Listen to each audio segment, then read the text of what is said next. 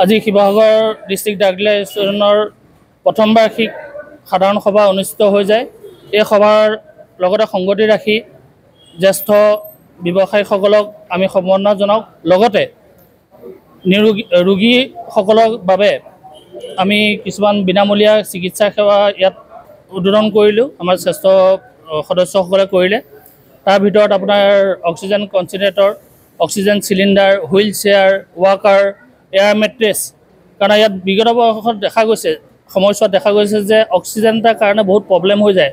আৰু আমি যিখিনি মেচিন ইয়াত উদ্বোধন কৰিছে আজি, সেইখিনি পেচেণ্টৰ কাৰণে আগবঢ়াই দিছোঁ। তাত মেইনলি আছে অক্সিজেন কনচেণ্ট্ৰেটৰ, যিটো বস্তু নিজে প্ৰডাকশ্যন কৰে, অক্সিজেনটো নিজে প্ৰডাকশ্যন কৰে, তাত ৰিফিল কৰিব নালাগে আৰু নিজে প্ৰডাকশ্যন কৰি নিজে ৰোগীক দি থাকে। তেনেকুৱা ধৰণৰ শিৱসাগৰত প্ৰথমবাৰৰ কাৰণে আমি পেচেণ্টৰ হাতত বিনামূলীয়াভাৱে এৰি দিছোঁ আৰু এইটো এটা ব্যতিক্ৰমী বুলি আমি ভাবিছোঁ।